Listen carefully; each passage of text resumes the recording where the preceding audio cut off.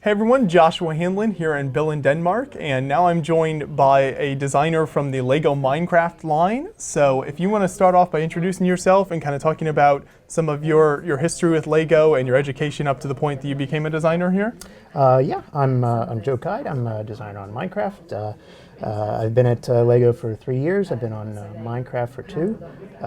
My background is as a toy designer. I have an education in industrial design. I've a little over 20 years of experience as a designer, but now I'm working for Lego and I love it.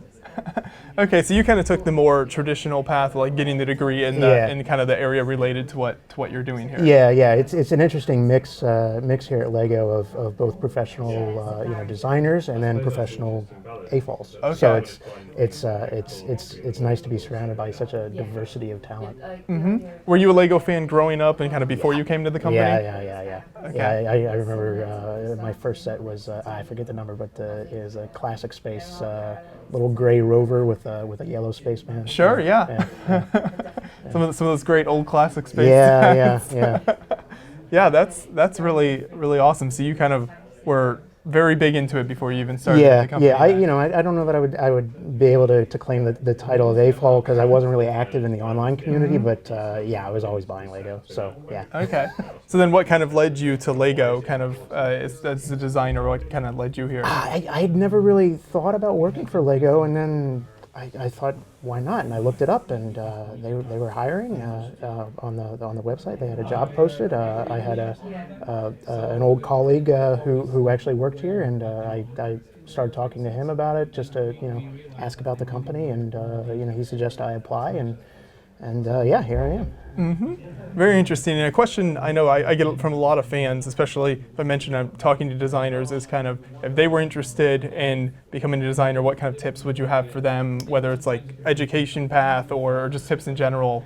Well, I mean, it depends on your goal. If you want to work for Lego, you don't need a background in design. Okay. You need a background in passion for Lego, really. Mm-hmm. If you have the skills, then the company is going to be interested. Yeah. Okay, interesting. So then, getting more specific to the Minecraft stuff we have here, was this what you were put on when you first started the company, the designing the Minecraft? No, I originally started on Creator, Okay. and I was on Creator for about a year, and then switched over to Minecraft. I knew the Minecraft game. I played it before, so I was very familiar with the IP. And it always helps to have a designer on the team who's passionate and knowledgeable about the IP that you're working on. Mm-hmm. Definitely, yeah. If you had played the game and came in with some knowledge, I'm sure that's much better than just sticking someone who's never like opened up Minecraft on a computer. Yeah, and they say go learn it this weekend. Like okay, but no, I knew all the characters. And like no, I got this. I love Minecraft. So yeah. That's great. Is that common within the company to kind of move designers from department to department, moving them around? I think it depends. I mean, it's a very open company. It's very flexible, and they're really interested in what your passion is, what you're interested in, because that's where you're going to do your best work is on something that you really enjoy. Mm-hmm.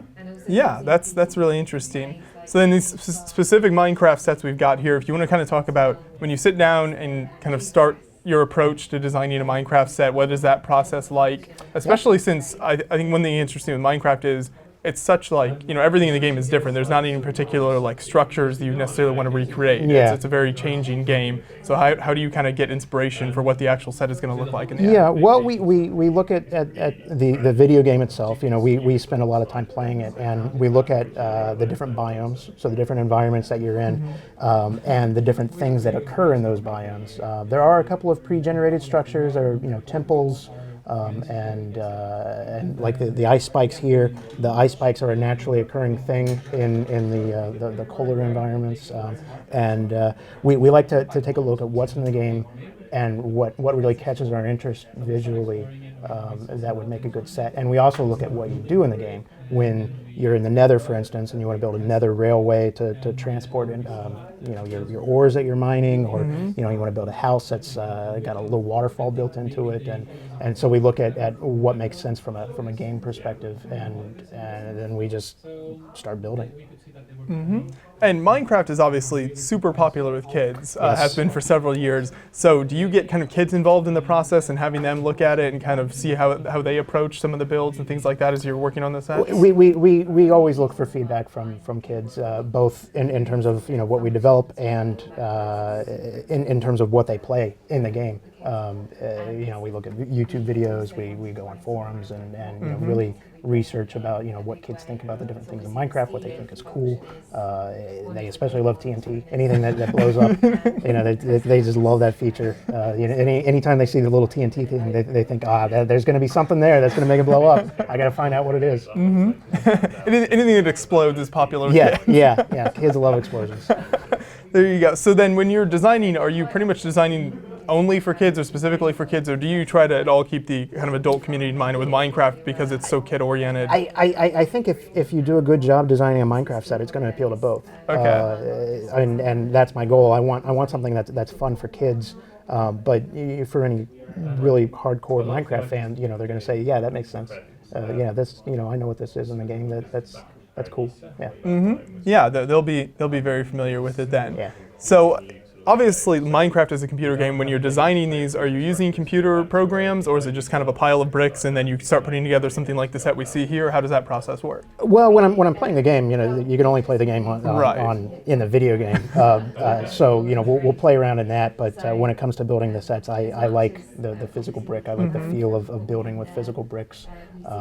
Making sure that things work right, making sure that mechanisms work, and seeing what kind of features I can get out of things. And so it's always starting with a pile of bricks for me. Okay, yeah, that's really nice. So you just able to sit down and kind of imagine it as you work through it. Okay. Yeah. Something that's really interesting in Minecraft is the unique minifigs. Obviously, you've got the square parts and everything. How does that work? If you can talk us through that kind of the minifig process with Minecraft sets. Yeah, well, it's an interesting balance because you want something that looks Minecraft and you want something that looks Lego. So what we ended up doing was just making this cubicle head that is very iconic for Minecraft, but for the rest of the figure, it's just a normal minifigure. So it has a good mix of both the Minecraft and the Lego DNA. And that kind of carries over into the more specific figures like the creeper. It still uses that same cubicle minifigure head, but the body, because it's such a unique, iconic design, we had to make a new piece for that. But we try and at least make it as Lego-y as possible. And so when you've got these, obviously, like you said, iconic designs like that, you had to make a new piece. Is that a hard thing for you to get kind of the company to do, to make new pieces for sets, or how does that work? I think it's when it makes sense for the IP. If you really need something that brings a whole lot of value to the play, and in a case like the creeper, it's such an important part of the IP that it just makes sense to make a new piece. Yeah, so when it really is important to the set, then it's worth it in the end. Yeah. Okay.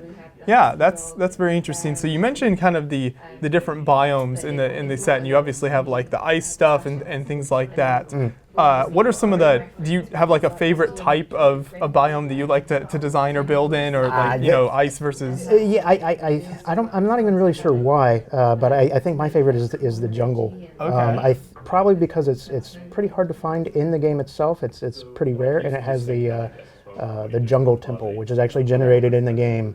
And they're really hard to find, and it used to be one of the only places where you could get a couple of unique pieces in the game, a couple of bricks. So I've always kind of been drawn to that. So I was very happy when I got a chance to design the jungle temple set. I was like, yeah, I got this. Yeah. And as you're working on this process, is this like teams of designers, or basically just you sitting down, kind of coming up with the sets, or how does that generally work, like bouncing ideas off other people? There's a team. If you follow our Lego Minecraft channel on YouTube, you see us. We do videos pretty frequently about the sets. We've got Max and Robert and I are the designers on the team. Okay. So you can kind of bounce ideas off each other and see what works, that kind of thing. Yeah. And we all play the game together. We all have all of our structures that we built in the game itself, and we see what we can build in the game, and then we see what we can build in Lego. Something interesting that Minecraft I know has been doing recently more is some of the bigger sets, some of the higher price type sets. Yeah. Is that trying to reach like a different audience than a lot of the other Minecraft sets, maybe like a more adult audience with more money to spend, or what was kind of the thinking behind the thinking is that we want to offer a really nice immersive play experience that sometimes it's best delivered in a large item, especially when it comes to Minecraft, because you have these giant structures, like the ocean temple is huge in the game, and the different cave systems. We want to try and capture that. So sometimes it's best done in a pretty large set. Definitely.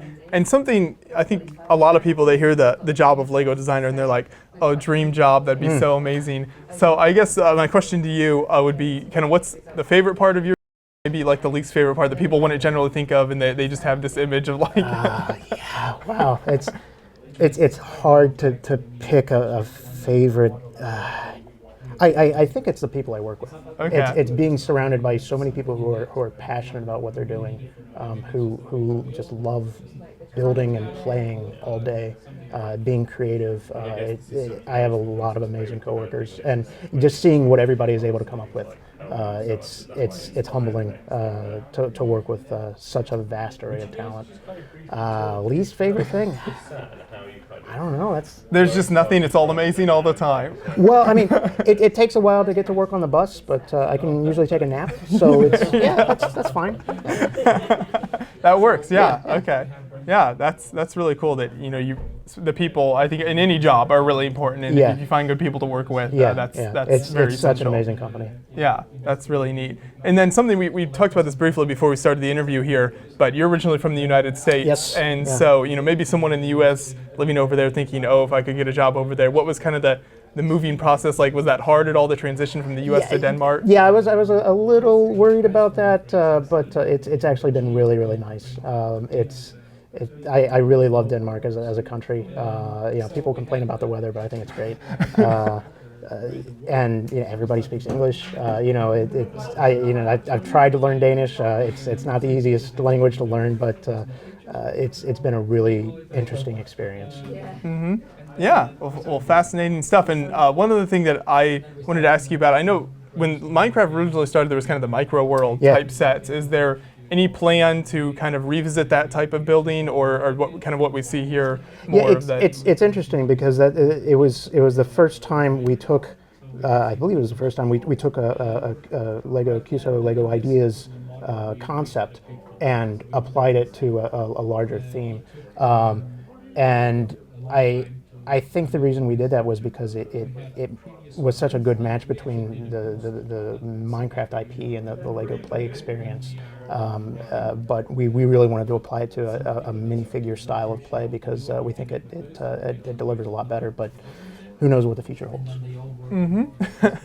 Great stuff. And then I'm looking at the boxes here. When you're working on a set, how closely are you working with like box art designer or the instruction manual designers? Is that part of your job at all to kind of work on that, and how does that work? Yeah, it's a very collaborative process. Okay. We're constantly talking with everyone, getting ideas. We want to make sure that the instructions are clear and they make sense, and when you look at the box, the set is laid out in a really nice way, and it kind of shows all the play features. So it's a lot of talking back and forth about what looks the best on the packaging, what's the best experience for a kid when they get this. They want to make sure that when a kid sees the box, they see how much fun the set is going to be, and then of course when they build it, it makes sense for the kid. Definitely. So you get everyone involved in that way, and do your best to get the best product out the door then. Yeah. Well, that's really interesting. I appreciate you taking the time to sit down with me and give some insight into the Minecraft line. Thank you. No problem. Thanks for talking to me.